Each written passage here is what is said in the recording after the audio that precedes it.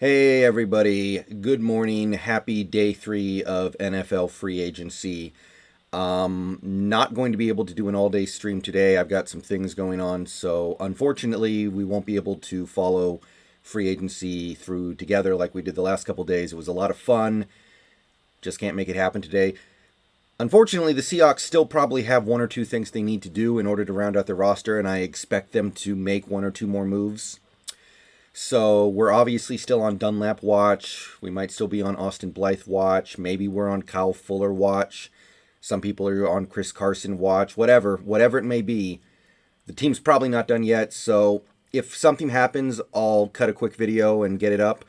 But odds are you won't really see me able to stream and discuss it until maybe later tonight or even tomorrow. But before we get started on the action today, because I'm sure there's going to be a lot of stuff that goes down whether or not I'm here streaming it, I was taking a look at the 2021 salary cap situation for the Seahawks, and I found something kind of interesting and something that I think should be somewhat illuminating to this team. So this is the 2021 salary cap situation for the Seahawks as of right now.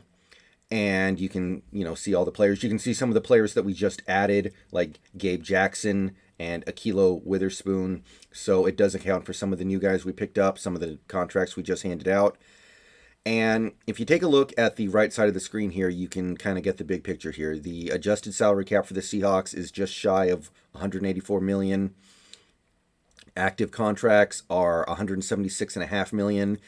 And we have a tiny little bit of dead cap, $1.3 million. So that puts us all in all in a situation where we currently have just over $6 million in cap space. 6.1, call it. $6.1 million in cap space. So the reason why this is interesting is if you scroll down to the bottom of the list here, you'll notice something. And you'll notice that there are some players down here.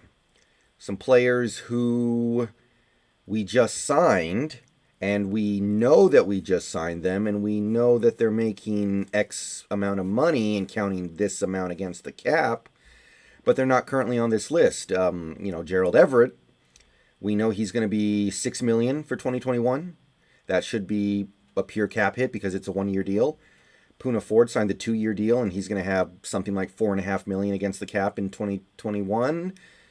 Fuller and Ryan Neal, they both counted for like $850,000 against the cap. Posick is only going to count 1.2 against the cap because of some CBA rules. But you see what I'm kind of indicating here? Yeah, the Seahawks are on paper already over the cap. They are already over the cap, not at the cap.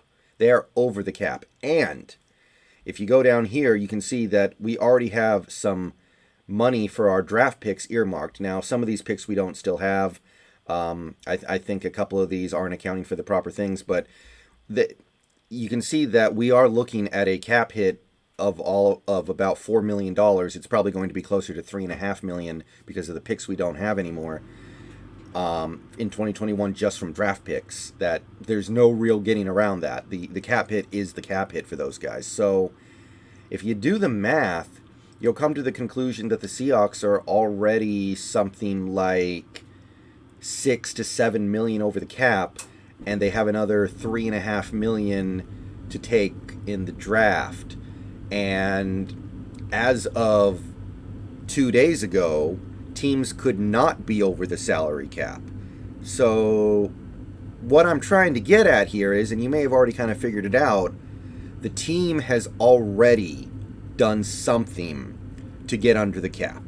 We don't know what it is yet exactly. They didn't announce it, but they did something. They must have. If you do the math, it's just impossible. The current amount of player salaries in the form of cap hit for 2021 for the Seahawks is $176.5 million. We have $1.3 million dead, which means that we, at this point, with the list being in the state that it's in, have just over $6 million in cap space, which is basically all eaten up by Gerald Everett. So something already happened. So a few people in my streams, and you can even throw myself in there a little bit, were worried that the team was so concerned about the future, next year and the year after, that they weren't willing to do any restructures because they wanted to maintain maximum flexibility going into 2022, 2023, and so on. They didn't want to kick the can down the road at all in terms of these salaries. Well, if you take a look at these lists and you do the math, they've already done it. They just haven't been open about it. We just haven't heard about it. And that is something that happens. The Rams had to do a bunch of crazy stuff to get under the cap a few days ago, and they announced some of it. They restructured Ramsey, they restructured Donald, they did this and that and the other thing. They didn't announce all of it. They didn't specify exactly what they did. They just did it. And the league clearly signed off on it, or else they would have stepped in and said, hey, you got to do something about this right this very instant. You can't be over the cap anymore. So what they did is actually fairly binary. If we go over to this field goals article, basically, if you scroll up, it kind of goes into how much cap space the Seahawks can create just by converting base salary to signing bonus. And actually, there are only 3 players you can do this with to create 2021 cap space. You can do it to Russell Wilson and create up to $12 million in cap space. You can do it to Bobby Wagner and create up to $6 million in cap space. You can do it to Jason Myers and create up to $1.2 million in cap space. So some combination of those things has already happened. It has to have. Otherwise, I guess we're not actually signing Gerald Everett and he's just going to hang out for a little bit and then going to go sign somewhere else. Or we haven't actually signed Poona Ford and he's just going to go sign somewhere else. So this is interesting because not only does it indicate that this team is willing to restructure in order to get under the cap and sign more players, it also is a positive sign that this team might still be willing to do more of it so they can sign more players. I had some people come to the streams in the last couple days, earlier today, yesterday, and say that we're done, we have no more money, we're not going to sign any more free agents, free agency's over. If that was the case, we wouldn't have signed, we wouldn't have traded for Gabe Jackson, we wouldn't have signed Nick Bellore, we wouldn't have signed Ethan Posick, but we did. So clearly the money has already been moved, and this team is willing to move money to field a good 2021 squad that can compete. So if your concern is this front office being a bunch of tightwads that aren't willing to move money around, be concerned no more.